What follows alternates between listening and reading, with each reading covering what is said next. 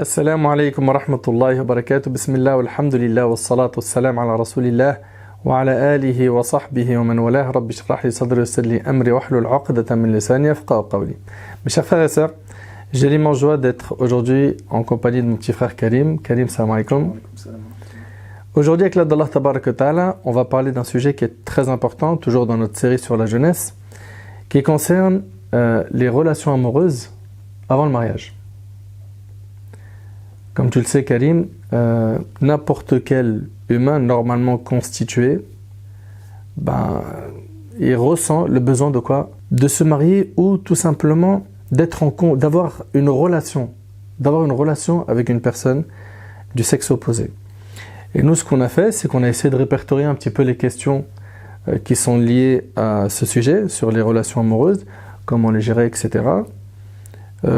Tu en as reçu un paquet. Et donc, Inch'Allah, on va essayer de les aborder pour que nos frères et nos sœurs aient un maximum d'éléments, d'outils, pour pouvoir gérer ces relations qui, souvent, malheureusement, posent beaucoup de problèmes. Donc, mon frère Karim, je vais te laisser aborder les questions par ordre de ce qu'on a vu ensemble, ce qu'on a planifié, ce qu'on a reçu. Et on va essayer avec l'aide d'Allah Tabarak wa Ta'ala d'orienter, de conseiller du mieux que possible, Inch'Allah. Barakallahu fik. Bismillah, wa salatu wa salam ala rasulillah. Donc, comme tu as bien introduit, donc on a reçu un paquet de questions concernant les relations amoureuses. C'est le thème d'aujourd'hui. Et moi, j'ai des questions à te poser, Nader, parce qu'il y a énormément de personnes qui sont perdues. Et là, on aimerait pouvoir avoir des repères pour pouvoir mieux entreprendre les relations, puisque comme tu l'as dit, l'être humain a besoin de cette complicité. On n'est pas fait pour vivre seul, donc on a besoin d'une relation.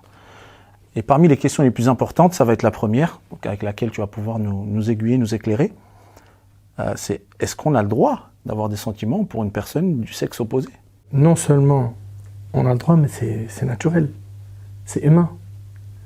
C'est humain. C'est, subhanallah, notre prophète, alayhi salatu wassalam, qui est le meilleur des hommes, il dit, alayhi salatu wassalam, hubbiba ilayya min dunyakum, il dit, il m'a été enjolivé, il m'a été enraciné, l'amour de certaines choses de votre bas monde, at-tib, le parfum, les femmes.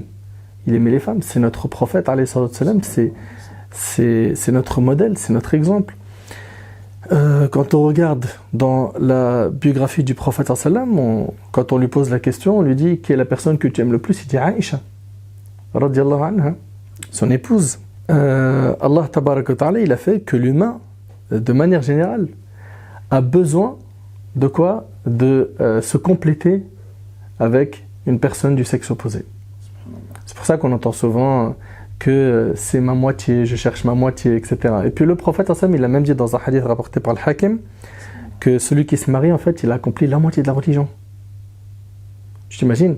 Ça montre à quel point c'est quelque chose qui est valorisé, qui est important, qui est humain. Tu sais, quand on parle de sentiments, mon frère Karim, le prophète, alayhi salam, qui est notre modèle, il en avait. Il y a aussi l'histoire très connue qui est rapportée dans les recueils authentiques de Barira, qui était la servante de Aïcha radiyallahu anha. Lorsqu'elle a été affranchie, Maurice voulait continuer à vivre avec elle. Elle ne voulait plus. Qui est Maurice? C'était son mari en fait. Ils étaient ensemble, ils étaient mariés ensemble. Ils ont donc construit une vie ensemble. Ils ont même eu des enfants. À la fin, Barira ne voulait plus continuer sa vie avec Maurice. Et figure-toi qu'on retrouve dans les textes que Maurice pleurait jusqu'à mouiller sa barbe. Il marchait dans les routes de Médine, il marchait derrière elle, il voulait à tout prix Barira, il l'aimait. Et il est même parti voir le prophète pour lui dire « Intercède pour moi ». Ça montre quoi ici? Il a un amour qui est immense pour Barira. Et ça montre que les compagnons, c'était des humains. Parce que souvent quand on parle des compagnons du prophète, on a l'impression que c'est des gens, tu vois, rigides, qui n'ont pas de sentiments. Absolument pas, c'est pas le cas. Et donc, pour faire simple, avoir des sentiments, c'est quelque chose de normal. D'ailleurs, quand un de tes enfants, il vient te voir, 12, 13, 14, 15, plus ou moins, et qui te dit « j'ai des sentiments », ou un de tes frères en Allah ou une sœur, viens pas le blâmer pour ça. C'est naturel. Par contre, c'est quel type d'amour il y a dans son cœur. et qu'est-ce qui en découle? Tu me suis? Ouais, bah, j'ai une question par rapport à ça, mais juste avant, j'aimerais revenir sur deux petites choses qui sont incroyables. Tu m'as dit que le compagnon, il pleurait des larmes chaudes pour son épouse qui l'a laissé, c'est-à-dire qu'il l'aimait d'un amour fou. Donc là, tu réponds à la question en disant que aimer quelqu'un, en fin de compte, c'est normal. Mais bien sûr que c'est normal. Ok, ça c'est la première des choses. La deuxième des choses, c'est ce qui est étonnant de la part de toi, Nader, tu me dis qu'on a le droit de regarder, entre guillemets, si j'ai bien compris, avec appui donc sur la personne, la future prétendante peut-être. Donc on a le droit de regarder, ça c'est autorisé. Alors, très bonne question, Barakallahu fik. Le regard, Allah tabaraka wa ta'ala dans le Coran, il dit wa qul lil mu'minin yaghuddu min absarihim. Donc il dit aux croyants de baisser min. C'est souvent traduit par leur regard, alors qu'en réalité c'est une partie de leur regard. Et dit aux croyantes, pareil, de baisser une partie de leur regard. Ça veut dire quoi? Une partie, les savants ils disent qu'ici c'est le regard lié à des envies. Si le regard n'est pas accompagné de shahwa, d'envie, d'accord, de toutes ces passions, eh ben, ça devient licite de regarder la personne en face de soi quand on lui parle. Par contre, si jamais le regard il est accompagné d'envie, de mauvaises idées, etc., là, il incombe au frère et à la sœur de baisser le regard. C'est interdit de regarder une personne, voilà, physiquement, il commence à regarder ses formes, etc. Ça, c'est quelque chose, écoute bien, hein, la règle, c'est qu'il n'a pas le droit. Par contre, quand on est dans une demande de mariage et qu'on s'assoit pour discuter avec la personne, là, il est recommandé de bien regarder la personne qui est en face de soi. Ben c'est un peu logique, subhanallah. Bah, c'est pas ce qu'on entend habituellement en général. Mais c'est plus que logique. On n'est pas en train de pêcher un poisson dans l'eau, que ce soit du côté de l'homme ou de la femme.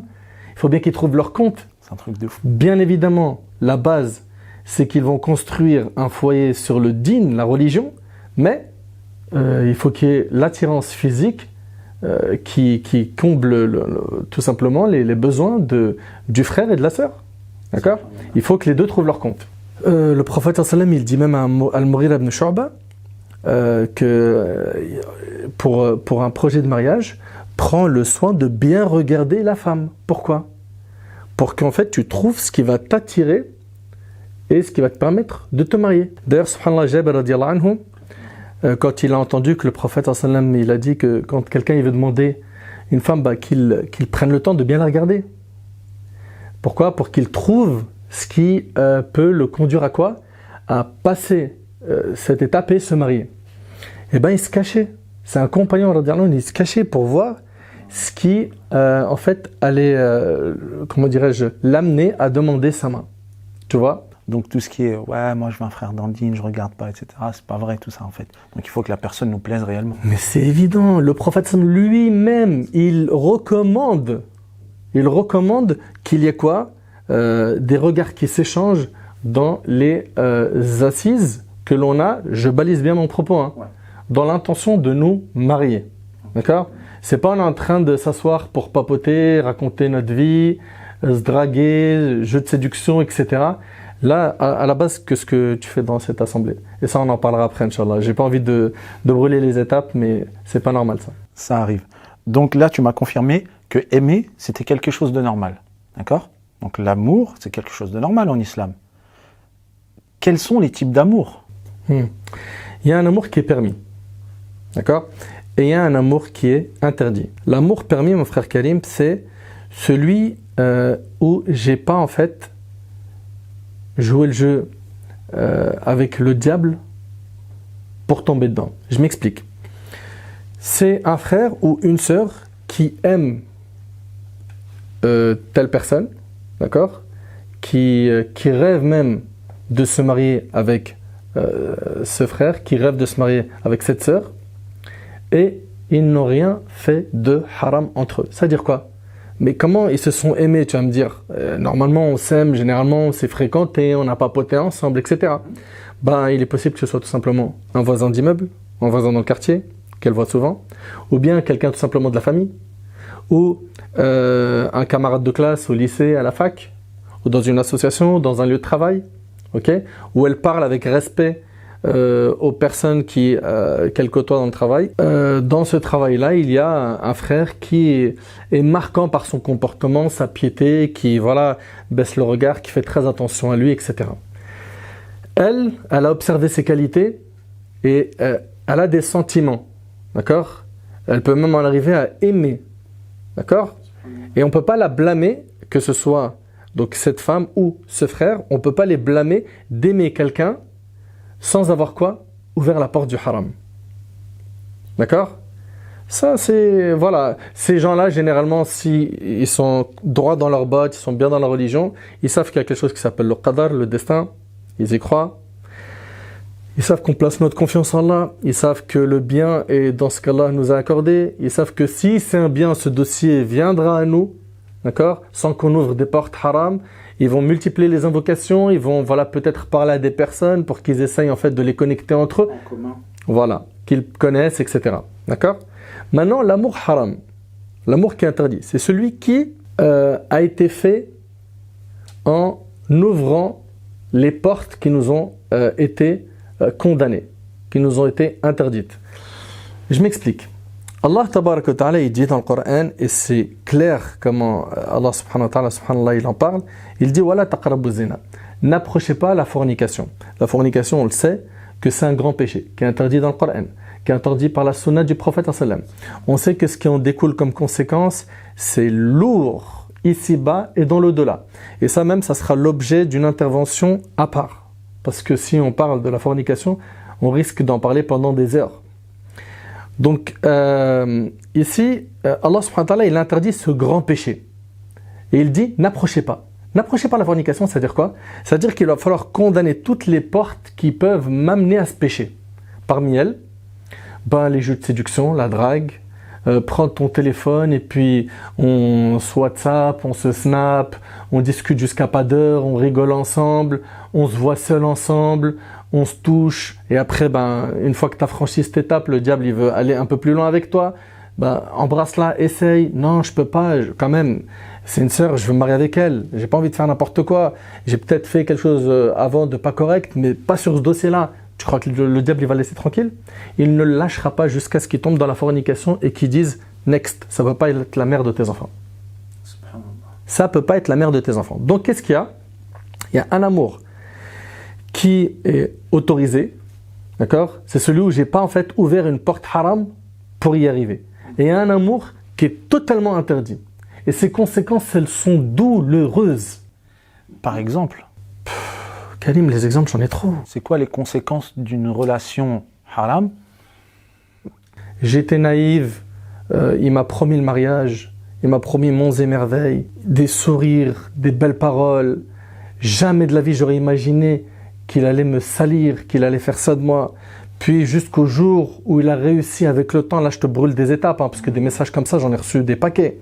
Jusqu'au jour où j'ai perdu ma virginité. Après ça je lui dis vite, il faut qu'on fasse quoi ? Qu'on se marie pour qu'on répare le coup. Quelque temps après, je m'aperçois que je suis enceinte. Et je reçois le message. Est-ce que j'ai le droit d'avorter ou pas ?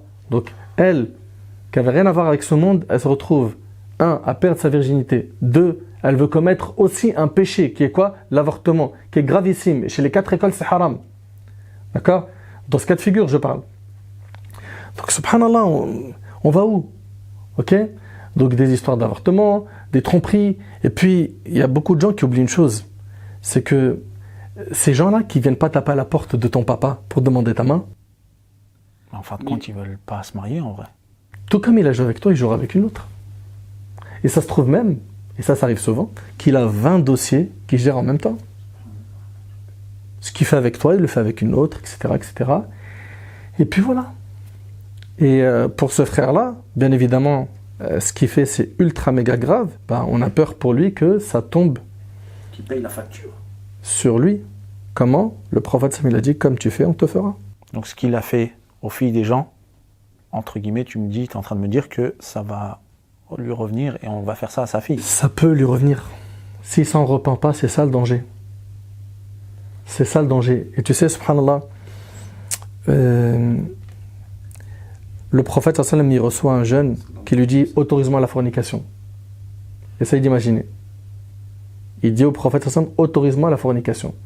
Le prophète sallallahu alayhi wa sallam, il lui dit, approche-toi. Les compagnons, ils ont voulu le blâmer. Comment tu peux dire ça et tout? Le prophète lui dit, approche-toi. Il le rapproche.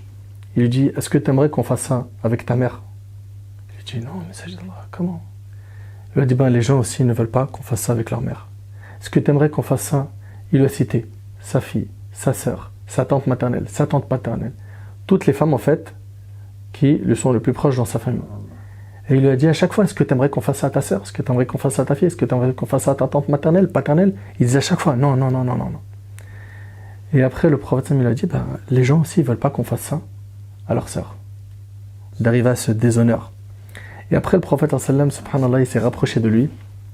Et il lui a fait l'invocation qui est magnifique. Il lui a dit, Allah maghfir dhanbah, ou Allah pardonne son péché, wa tahhir qalbah, purifie son cœur, wa hassin farjah, préserve sa chasteté.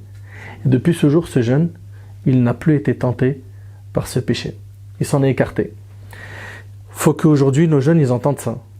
Que nous, en islam, ça n'existe pas, ça va peut-être bousculer les cervelles de certains, ça n'existe pas, je sors avec une fille avant le mariage. Seul. Ok? Sortir ensemble, c'est impossible. Ouais, il est là, il la balade dans sa voiture, il va la chercher je sais pas où, on va boire un verre pas forcément de l'alcool. Hein. On est là ensemble, puis après je la raccompagne, on reste un petit peu en bas devant l'immeuble ou devant je ne sais où, je lui tiens la main, je l'embrasse. Le diable, il est patient, il va prolonger son souffle. Et le problème, c'est quoi? C'est qu'Allah subhanahu wa ta'ala, il nous interdit dans le Coran de suivre les pas du diable. D'accord? Et le diable, il est patient. Il est là depuis des générations. Il a tenté plein de communautés. Il va ramener l'idée à la personne et il patiente. Tu vois? Il patiente. Jusqu'à ce qu'il le piège. Et wallah, il y a plein de gens qui étaient nobles et propres. Ils se sont retrouvés dans les ténèbres de la tristesse et des angoisses. Combien d'histoires de dépression, combien d'histoires de tentatives de suicide, combien d'histoires de déception amoureuse. Pourquoi? Parce que le haram, ça brûle. Ça brûle. Les gens, ils pensent que on peut se côtoyer dans le haram, ok? Le père, il n'est pas au courant. Et des fois, la pire des choses, c'est quoi? C'est que les familles sont au courant. Voilà. Alors là, il y a plein de cas de figure. C'est allez, ma fille, va avec lui. De toute façon, machallah, je préfère que tu marches avec lui, je sache avec qui tu vas, que tu me fasses un truc derrière mon dos. Ça, c'est certains parents. Ils autorisent, entre guillemets. C'est pas ils autorisent, c'est ils encouragent. Ok? Et ils vont même des fois dire à l'homme ou à la femme, voilà comment tu dois t'habiller pour mieux séduire, et même aller très loin dans des conseils qui sont gravissimes, tu vois. Le truc, c'est quoi? C'est que, ok, toi tu me dis j'ai l'aval du papa. Les familles sont au courant, de toute façon on va se marier. C'est un piège, ça aussi. Moi je te pose une question. Tu es capable d'aller dire au père de cette sœur ce que tu fais avec elle quand tu es seul? Impossible. Impossible. Donc voilà, il faut impérativement quoi ici? Mettre des barrières. Couper avec le haram. Couper sec. Nous en islam c'est simple. On n'a qu'une porte, un accès pour qu'un homme et une femme vivent ensemble. C'est le mariage. Tu veux te marier? Tu vas me dire, ouais, mais attends, d'accord, ok, là, tu es en train de me dire, on sort pas ensemble, mais comment on fait finalement pour construire une vie de couple sans se connaître? On est obligé de connaître la personne. Et d'ailleurs, ça fait partie des causes qui fait en sorte que quoi? Que les gens ils sortent ensemble, mon frère Karim. C'est qu'il se dit, ok, d'accord, ça.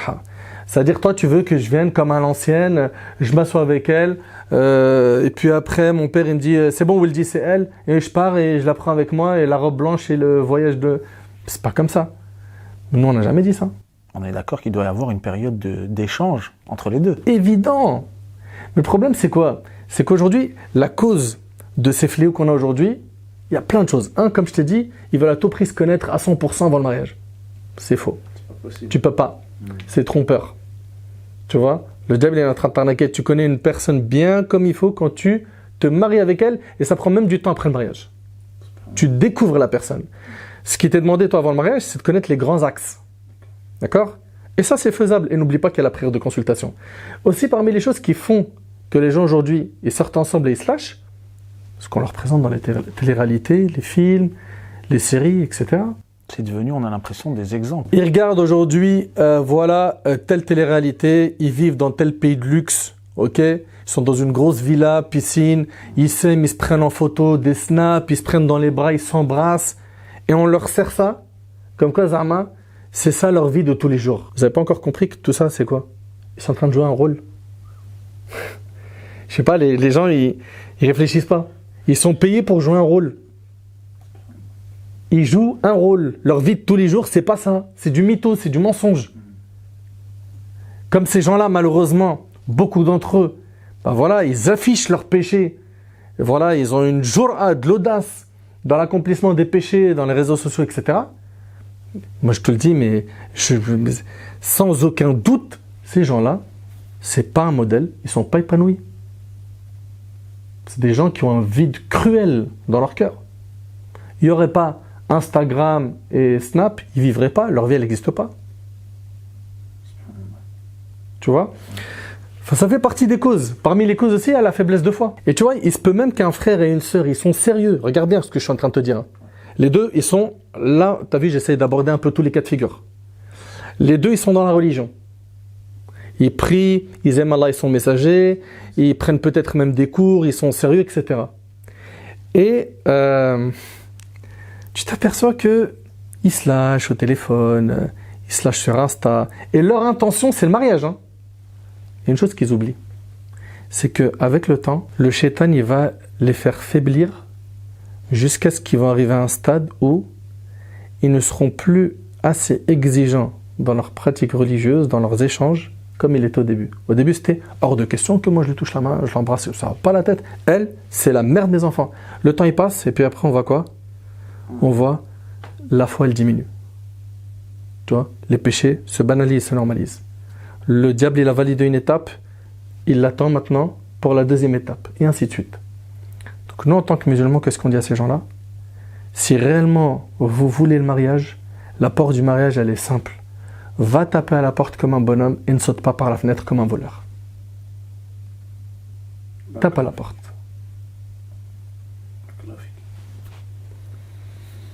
Subhanallah. Donc en fait, il y a deux types d'amour, si je comprends bien. Il y en a un qui est licite, qui est permis, et il y en a un qui est interdit, dans le sens où ça va nous amener à commettre des choses irréparables, parfois, avec les conséquences qu'il y a derrière. Et en fait, de ce que je comprends là, de ce que tu es en train de me dire, c'est l'intention qui est la base, entre guillemets, de ces deux types d'amour. Soit on a une très bonne intention, on fait les choses carrées, ou alors notre intention elle est mauvaise dès le départ, et en fin de compte, On peut nuancer ton propos. Des fois, il y a des gens, ils ont des bonnes intentions. Ils ont l'intention de se marier. Ouais. C'est sérieux. C'est sérieux. Les deux, ils sont, je t'ai dit, dans la religion. Mais voilà, comme ils savent qu'il y a un mur, le papa, il est trop dur, ou bien elle n'a pas encore fini ses études, ses parents, ils ne veulent pas entendre parler du mariage, ou bien le frère lui-même, il n'a pas encore de travail et il sait que pour demander la main à cette sœur, il faut qu'il ait une situation. Donc, eux, ils savent quoi? Dans leur tête, ils se disent que c'est une histoire de temps. Le papa, normalement, en principe, je vais aller le voir dans, je sais pas moi, 1 mois, 2 mois, 3 mois ou peut-être 6 mois. Je vais pas rester comme ça à me tourner les pouces. Qu'est-ce qu'il va donc faire? Il va commencer à parler avec elle, ceci, cela. Et beaucoup d'entre eux sont tombés dans beaucoup de haram, malheureusement. D'accord, ok. Mais concrètement, je suis tombé dans ça, malencontreusement. Mon intention était bonne, mais j'ai dérapé. Est-ce que c'est réparable ou pas? Est-ce qu'il y a des solutions? Donc, la relation, elle a mal commencé, c'est bien ça? Non, la relation a bien commencé avec des bonnes intentions. Malheureusement, on a glissé. D'accord. Donc, il y avait une bonne intention, mais voilà, ils sont tombés dans des choses qui sont interdites. Voilà. Très bien. Bien évidemment que c'est réparable. Alhamdulillah, Allah tabarak wa ta'ala, il est pardonneur et miséricordieux. Et nous, on n'est pas là pour jeter des pierres sur le pécheur. Au contraire, là, notre intervention, elle a pour objectif justement de tendre la main, de donner des solutions. On va essayer d'en apporter beaucoup, Inch'Allah. Et aussi de montrer, mettre en évidence que le haram, c'est du faux. C'est un monde d'illusions, c'est faux, que du faux, qu'on nous brasse du faux, on nous propose que du faux, tu vois, à travers les réseaux sociaux, etc. Donc, ça se répare, bien évidemment. Ok. Alors, ça se répare, même si j'ai commis la fornication, même si j'ai commis zina, ça se répare ça? Très bien. Quand je disais ça se répare comment? Déjà par un repentir sincère. D'accord? Il faut se repentir hein, du péché que j'ai fait. Je l'ai embrassé, je suis parti plus loin. Ne serait-ce que tu es en train comment dirais-je, de parler avec elle, sa femme elle n'est pas au courant. Tu vois? Parce que n'oublie pas une chose, hein, depuis tout à l'heure on est en train de dire quoi? Qu'il sort avec elle, qu'il parle avec elle dans les réseaux sociaux, sur le téléphone, etc. Mais en fait, le problème il est dans quoi? Dans le fait qu'il s'isole avec elle. Et le prophète sallallahu alayhi wa sallam, il nous a enseigné que lorsqu'un homme et une femme ils sont seuls, le troisième qu'avec eux, c'est Shaitan, c'est le diable. Et il va tout faire pour leur embellir le haram, le normaliser. Il va prendre son temps. Tu vois? Donc eux, ils doivent quoi? Ils doivent se repentir. Et parmi les conditions du repentir, il y a le regret sincère du cœur, se détacher immédiatement du péché. Ça y est, arrête. T'es en train de faire quoi là? Tu lui parles au téléphone, tu la vois, tu vas l'embarquer en voiture, tu vas je ne sais où en week-end, ou vous allez faire des folies ensemble. Arrête. Crains ton Seigneur et peur d'Allah subhanahu wa ta'ala. Donc, écoute bien, le regret sincère du cœur, l'abandon immédiat du péché et être déterminé à ne plus refaire ce péché. Maintenant, il est possible, comme tu as dit, qu'ils aient malheureusement commis la fornication ensemble. Ok? Là, on regarde déjà le dossier, c'est quoi en fait? C'est des gens qui se voulaient juste pour les deux, hein, pour jouer. Si c'est le cas, on les invite à se repentir sincèrement et à tirer une croix sur cette relation. D'accord? Même eux, ils ont le droit. Donc, quelqu'un qui a une mauvaise intention et après, il décide de se repentir. Allah, il pardonne tout, même le shirk, tant que tu as envie. Tu vois? Allah ne pardonne pas qu'on lui accorde des associés, mais en dehors du shirk, il pardonne à qui il veut. D'accord?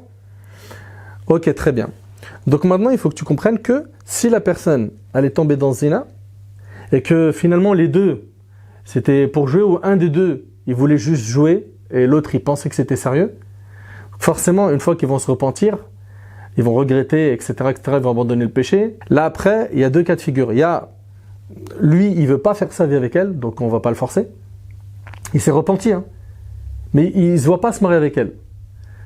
Tu vois, c'est triste de parler de ça. Ça fait mal, tu vois. Et des fois, c'est l'inverse.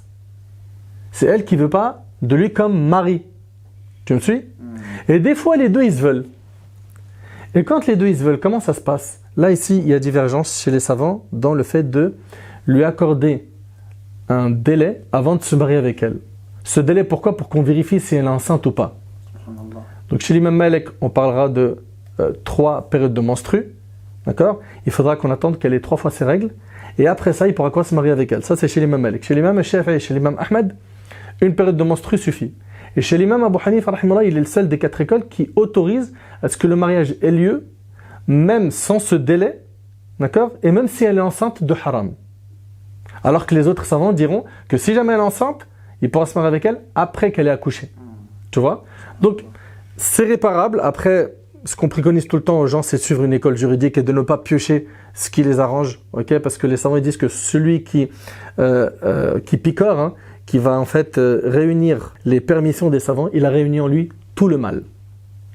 Tu vois, à la fin, c'est plus une religion, c'est un cocktail de passion quand tu vois que la personne est là en train de quoi? Grappiller que autour des avis qui vont l'arranger, lui ou elle. C'est un peu comme le marché, quoi. On prend les avis qui nous intéressent et ce qui ne va pas dans notre sens, on le décline. Ça. Là, tu as dit 2 choses qui m'ont interpellé, Nader.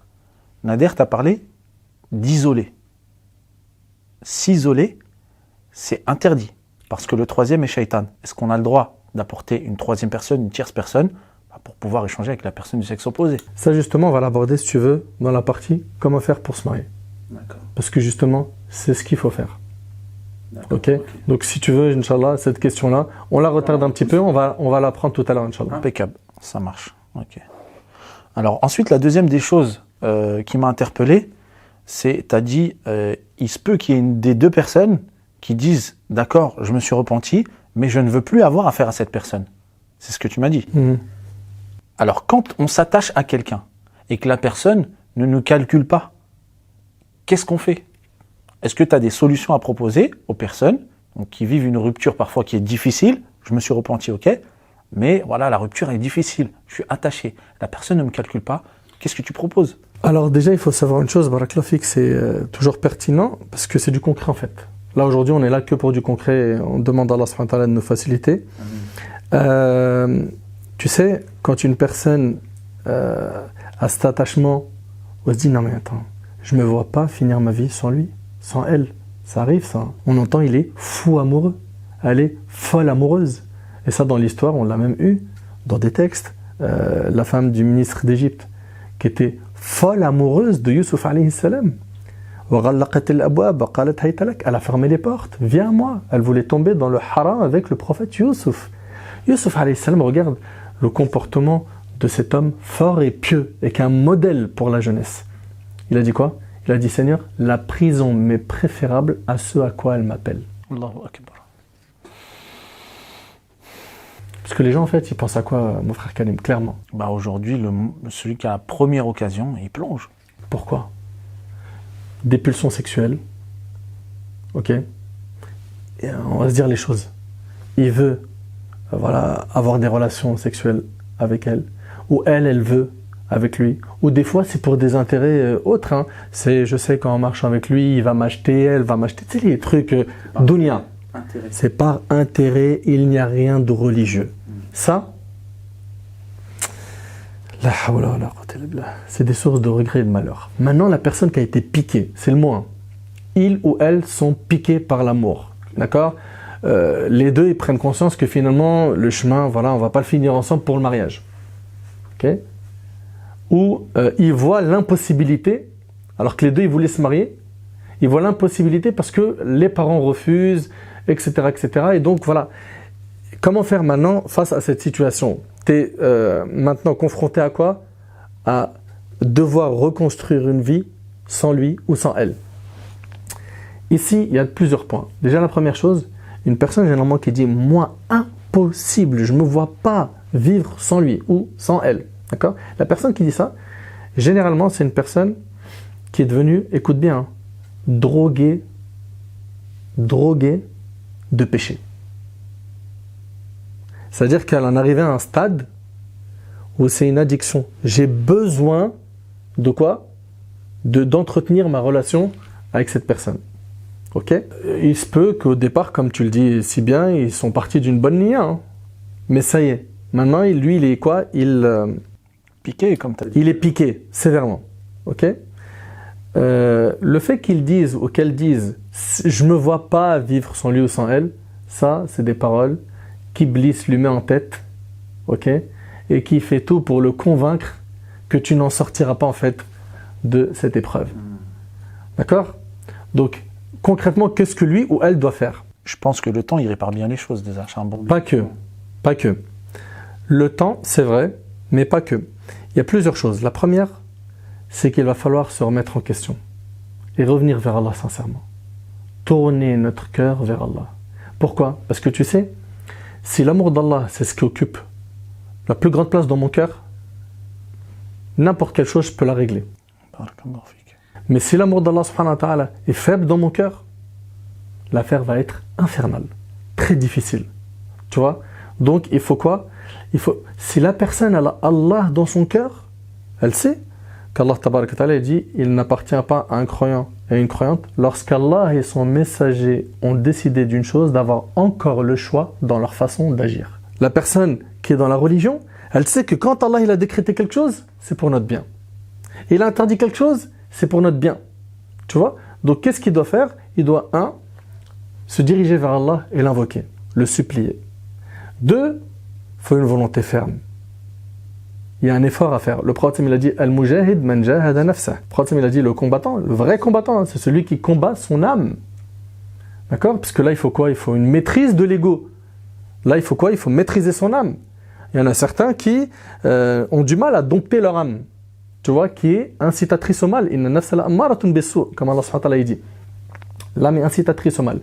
Donc, 1, il y a le dua, il y a cette volonté ferme, et il y a le fait d'augmenter sa foi. Comment? Par les bonnes actions. Et par le fait de délaisser les péchés. La foi, elle augmente par les bonnes actions, et elle diminue en faisant des péchés.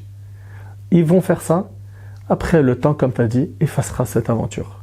Et toute personne qui délaisse quelque chose pour Allah, Allah il lui remplace par quelque chose de meilleur, comme ça a été enseigné dans notre religion. Tu vois? Allah, je témoigne. Barakallahu fik. Subhanallah. Donc, à un moment, tu m'as dit, il faut en fait, si je comprends bien, un sursaut de fierté à un moment donné. Et se dire, je vaux quelque chose, je dois passer à autre chose. Je vaux mieux que ça. Je vaux mieux que ça, je dois passer à autre chose. Barakallahu fik. Maintenant, donc tu m'as dit, c'est réparable. Donc là, on a à peu près toutes les solutions. Donc à chaque problème a sa solution. J'aimerais te poser une question un peu plus importante, Nader. Comment on fait? Comment on fait pour se marier? Moi, maintenant, je veux me marier, d'accord? Mon intention, elle est bonne. Je veux pas tomber dans ce qui est difficile parce que je sais que ça brûle à la fin. C'est moi qui vais en payer les conséquences. Comment je fais? Qu'est-ce que tu m'offres comme solution? Bismillah. Le prophète, sallam, il dit, il n'a pas été constaté de quelque chose de meilleur pour deux personnes qui s'aiment que le mariage. T'entends? Il n'a pas été constaté quelque chose de meilleur pour deux personnes qui s'aiment que le mariage. Vous vous aimez? Mariez-vous si vous réunissez les conditions que la religion demande. Qu'est-ce que la religion demande concrètement? Concernant l'homme, c'est simple. S'il vient, comme le prophète il a dit, vous êtes satisfait de sa religion, de sa moralité, mariez-le. Et le prophète il dit, si vous ne le faites pas, il y aura quoi? Fasadun kabir. Si vous ne le faites pas, il y aura quoi? Il y aura le désordre, il y aura des épreuves, des fitanes. Et on le voit aujourd'hui. Beaucoup de nos jeunes aujourd'hui, s'ils sont en partie tombés dans ces péchés, c'est parce qu'aussi les parents, ils leur ont condamné la porte du mariage. Ils leur proposent personne. Ils s'opposent à tous les prétendants. Tu vois? Ils sont durs dans les exigences qu'ils ont au niveau financier, etc. Donc, ce qu'il faut, c'est quoi? C'est d'aller vers le mariage. Et quand on dit aller vers le mariage, voilà, regarde ce qu'il a dit le prophète concernant l'homme, on regarde sa religion et son comportement. Et le prophète il a dit, on se marie avec une femme pour 4 choses, sa beauté, sa famille, sa richesse, sa religion, et il dit, surtout, accroche-toi à celle qui a la religion, que tes mains périssent. Subhanallah. Donc ça veut dire quoi? Ça veut dire que le principal pilier qui va tenir le couple, c'est quoi? C'est le din. Dans un hadith magnifique, le prophète, alayhi salatu wassalam, il dit, regarde bien, il dit, al-arwah junud mujannada. Il dit en fait, les âmes sont des soldats mobilisés. Ma ta'arafa minha talaf. Ces âmes qui s'entreconnaissent s'attirent. Et les âmes qui se méconnaissent se repoussent. Donc il faut regarder en fait, est-ce que toi, ce que tu recherchais à travers ce frère, est-ce que ce que tu voulais finalement c'était uniquement assouvir tes besoins sexuels, c'était tes pulsions sexuelles? Est-ce que tu étais attiré que par sa beauté, ou par son argent, ou par son rang social?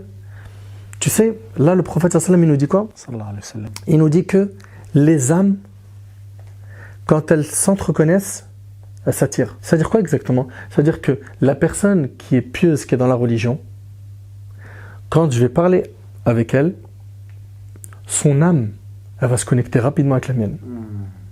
Celles qui s'entreconnaissent s'attirent. Subhanallah. Et parfois, on a l'impression qu'on se connaît depuis longtemps. Tu vois?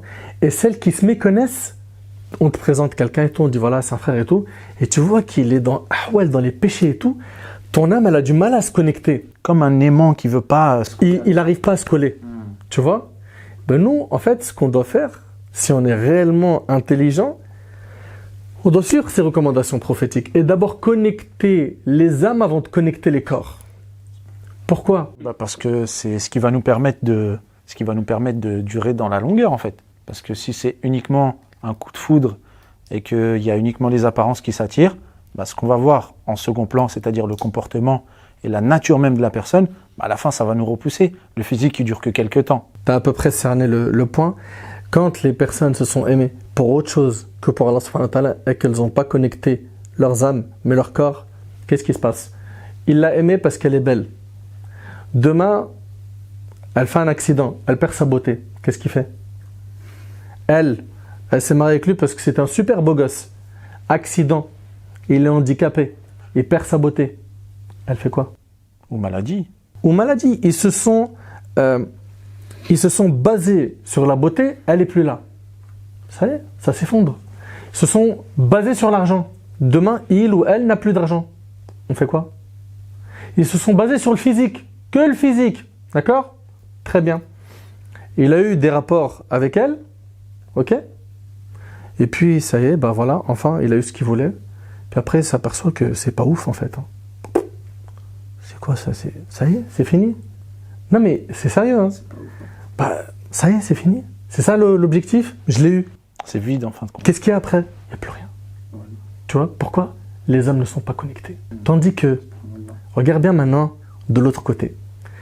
Ils ont connecté leurs âmes. Ça ne veut pas dire, attention, qu'ils se sont connectés qu'avec des gens qui sont uniquement dans le din et qui n'ont pas de comment dirais-je, d'attirance, tu vois, et qui ne sont pas attirants, etc. Non, non, non.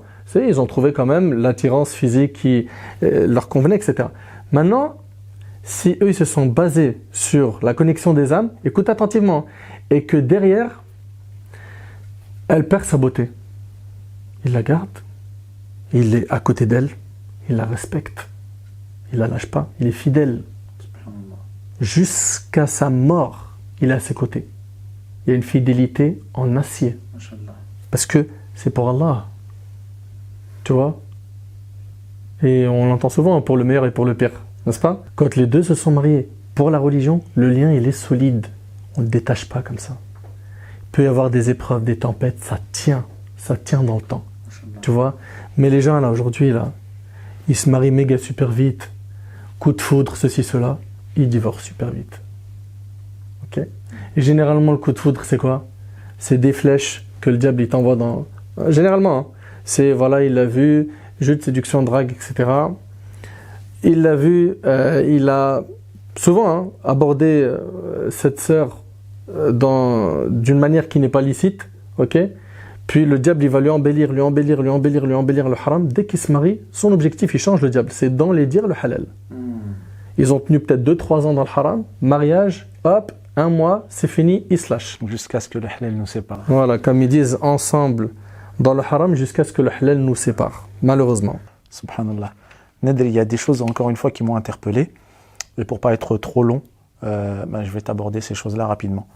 Tu as dit, à propos de certaines personnes, ils font semblant. Lorsqu'on est attiré uniquement par un physique ou par un intérêt quelconque, à la fin, ça craque. Parce qu'on n'était pas là, sincèrement, pour Allah. C'est ça que tu es en train de me dire. Ok. Ensuite, tu as souligné les intérêts, parmi les intérêts, l'argent. Le prophète sallallahu alayhi wa sallam nous a dit, pour un homme, pour le choix d'un homme, regardez sa religion et son comportement. Et là, l'argent intervient aujourd'hui de nos jours. Quand un frère n'a pas les moyens et que la sœur voudrait un gros mariage ou avec des grosses sommes, etc., et que le frère n'a pas forcément l'argent, est-ce qu'on refuse ce frère, malgré qu'il ait un bon comportement et une bonne religion, s'il n'a pas la somme adéquate pour pouvoir se marier? Karim. En fait, il faut tenir le bâton du milieu. On ne veut pas des milliardaires pour nos filles, mais en même temps, quelqu'un qui n'a aucune situation. Personnellement, je ne suis pas quelqu'un, tu vois, qui vise un richman pour ma fille. Bon, s'il l'est, c'est bien pour lui. Mais surtout, le côté digne et le côté comportement, c'est ce qui prime.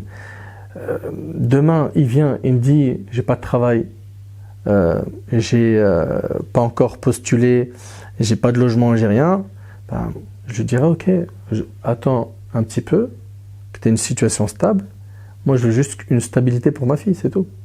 C'est quand même dans mon droit comment dirais-je, de voir ma fille dans un logement, qu'elle ait de quoi voilà, se nourrir, se vêtir, etc. Tu vois?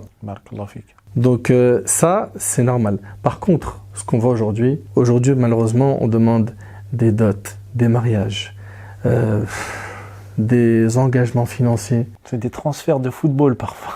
C'est tellement abusé qu'à la fin, qu'est-ce qui se passe? Le frère qui vient avec plein de bonnes intentions, qui est propre, qui est de bonne famille, qui est sérieux, qui a un salaire, qui a, il voit que l'exigence financière, elle est tellement costaud qu'il se dit, tant pis pour moi. Je la voulais, mais je peux pas. Et puis, quand ça se répète, à la fin, qu'est-ce qui se passe? Une déchirure intérieure. Si en plus le diable, il le manipule, et ben là, malheureusement, il suffit qu'il baisse sa garde et il se retrouve à tomber dans le haram. Subhanallah al-Azim. C'est incroyable. Nedr, on va terminer pour pas trop tarder encore une fois. J'ai une question pour une personne qui demande « J'aime un non-musulman, que faire ?» Qu'est-ce que tu conseilles à cette personne? Déjà, tu vois, depuis tout à l'heure, on dit « j'aime ».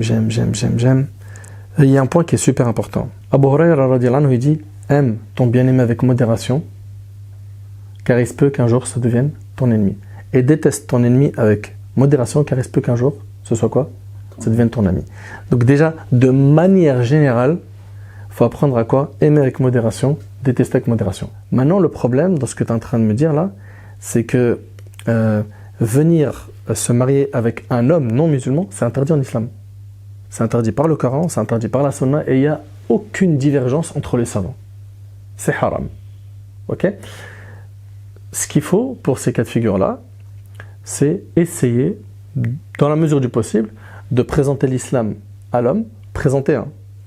S'il en est convaincu, tant mieux, alhamdoulilah, il se convertit, tu vas me dire, ok, mais s'il se convertit pour se marier avec elle, dans ce cas-là, il vient et me dit, je vais me convertir dans ta mosquée.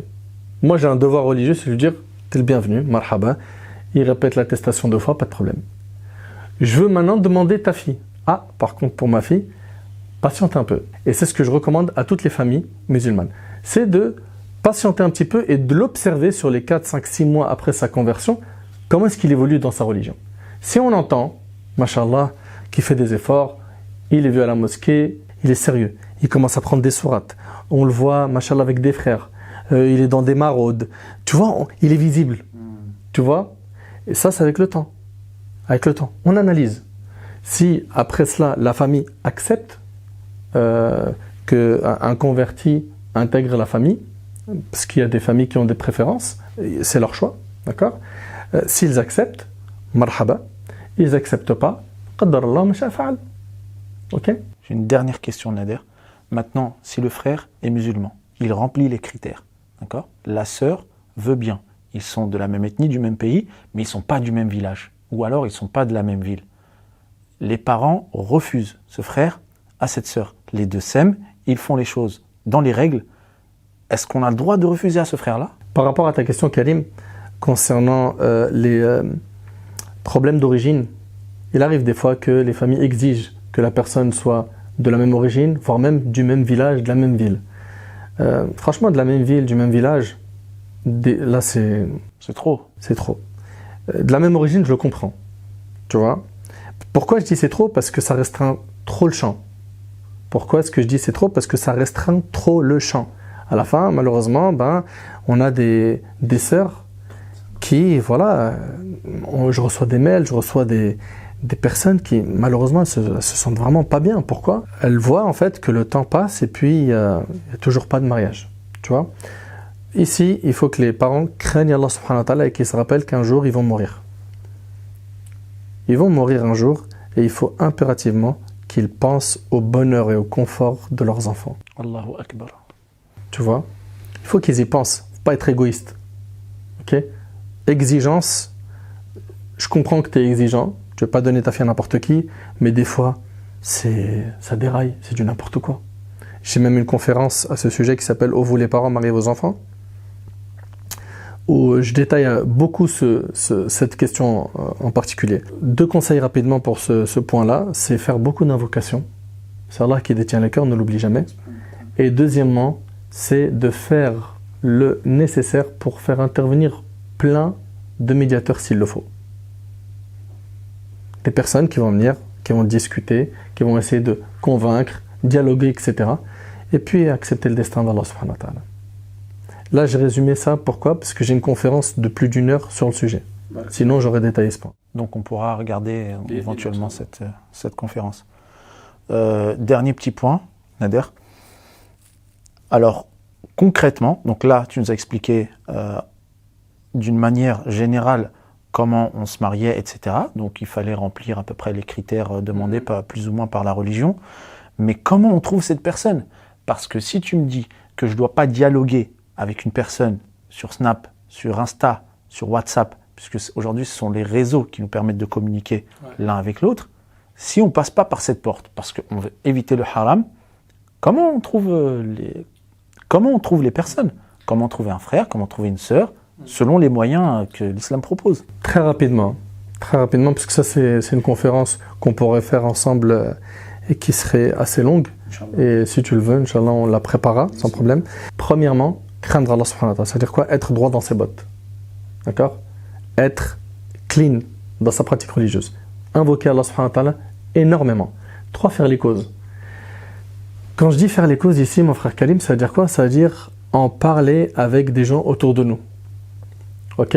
C'est une sœur, elle connaît des sœurs. Ok?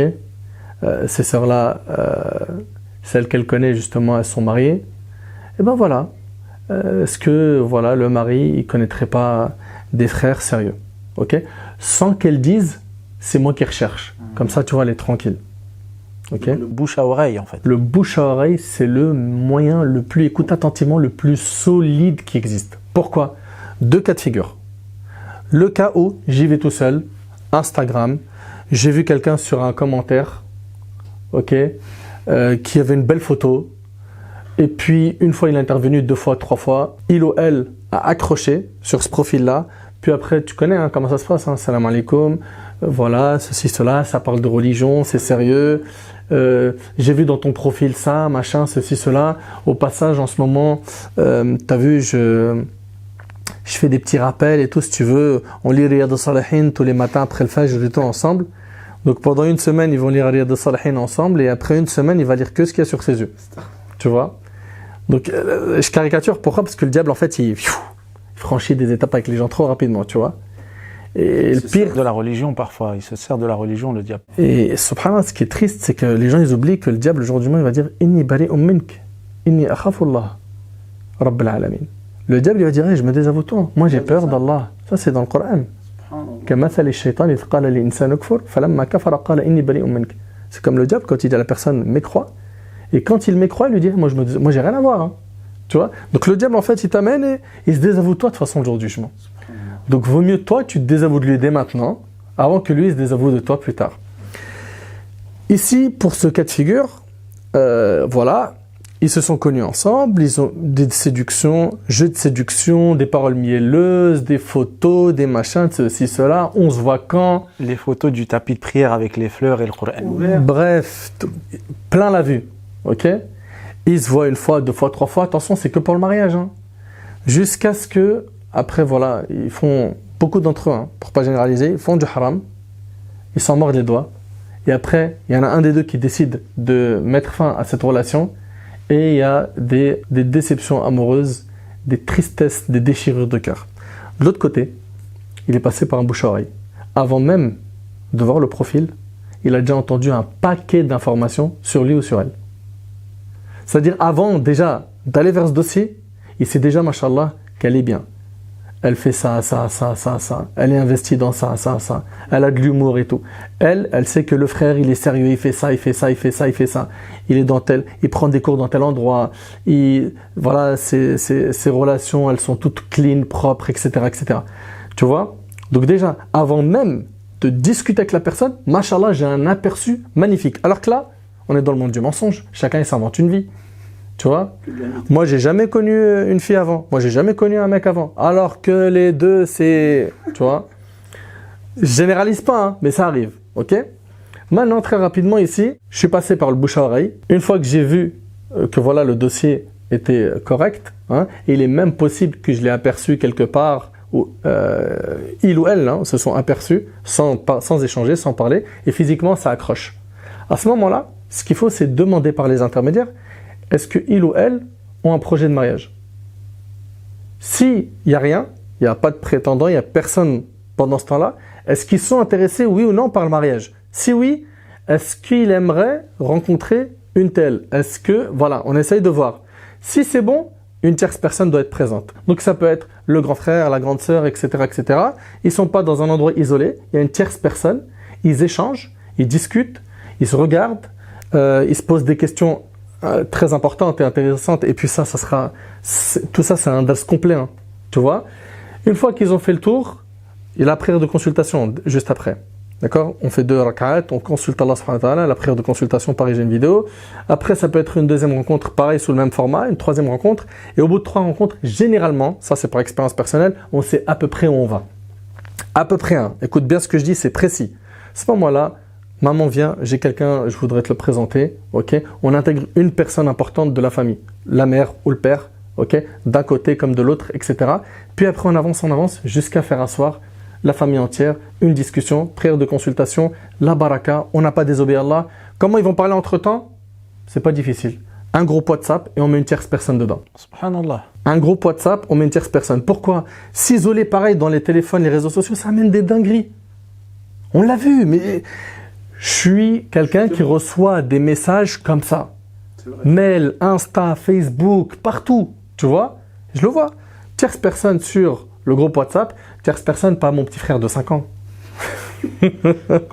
Ok? Sait-on jamais, hein, tu vois, aujourd'hui ils ont des smartphones très tôt, tu vois. Non, c'est quelqu'un voilà, qui sait cadrer une discussion, etc. Et puis ils invoquent Allah, et puis j'implore Allah subhanahu wa ta'ala de faciliter à nos frères et à nos sœurs de trouver leur moitié. J'implore Allah tabarak wa ta'ala de les écarter du haram et qu'ils gardent en tête une chose, c'est qu'Ibn al-Qayyim il a dit, celui qui aime une chose pour autre qu'Allah et que cette chose ne le rapproche pas d'Allah, il sera puni par cette chose dans ce bas monde, avant même d'être puni dans l'au-delà. T'arrives à imaginer un petit peu, Karim, ou pas? Donc la personne, elle doit faire le nécessaire. Pourquoi? Pour se préserver. Et c'est ce qu'on dit même aux petits jeunes, hein, 12, 13, 14 ans, je suis amoureux, je suis amoureuse, t'es pas encore en âge de te marier. Préserve-toi. Et qu'est-ce que tu dois garder en tête? 2 points. 1. Le jour du jugement, Allah subhanahu wa ta'ala, il va te questionner, il va te juger. Qu'est-ce que tu réponds à Allah s'il te dit, comment est-ce que tu as eu honte des humains et t'as pas eu honte de moi qui te regardais pendant que tu enlevais tes vêtements pour commettre le haram avec lui ou avec elle? Garde en tête que le jour du jugement, Allah tabarak wa ta'ala, ce que tu as fait là, c'est facturé. Tu payes. Deuxième point, c'est le jeune aujourd'hui qui n'arrive pas à se marier. Ce qu'on lui recommande, c'est de combler son temps libre. Comble-le au maximum. Pourquoi? Pour faire baisser au maximum cette envie folle, tu vois, ces pulsions, etc. Fréquente des gens bien, lis, instruis-toi, occupe ton temps, reste avec des frères, la sœur, reste avec des sœurs, écoute des cours, des rappels, fais des actions humanitaires, fais quelque chose pour occuper ton temps, sinon autrement ça va être très très compliqué. Voilà, on va se contenter de ça, Inch'Allah, mon frère Karim, si ça ne te dérange pas. Non, c'est bon pour moi, Barakallah Fik, tu as répondu à toutes les questions. Et Inch'Allah, si Allah facilite, on reprendra les autres questions qui sont importantes et qu'on développera, qui sont en lien avec le sujet du mariage. أسأل الله سبحانه وتعالى أن ينفعني بما قلت وأن ينفعكم بما سمعتم. هذا ما أعلم والله عز وجل أعلى وأعلم. سبحانك اللهم وبحمدك أشهد أن لا إله إلا أنت أستغفرك وأتوب إليك. وآخر دعوانا الحمد لله رب العالمين والسلام عليكم ورحمة الله وبركاته.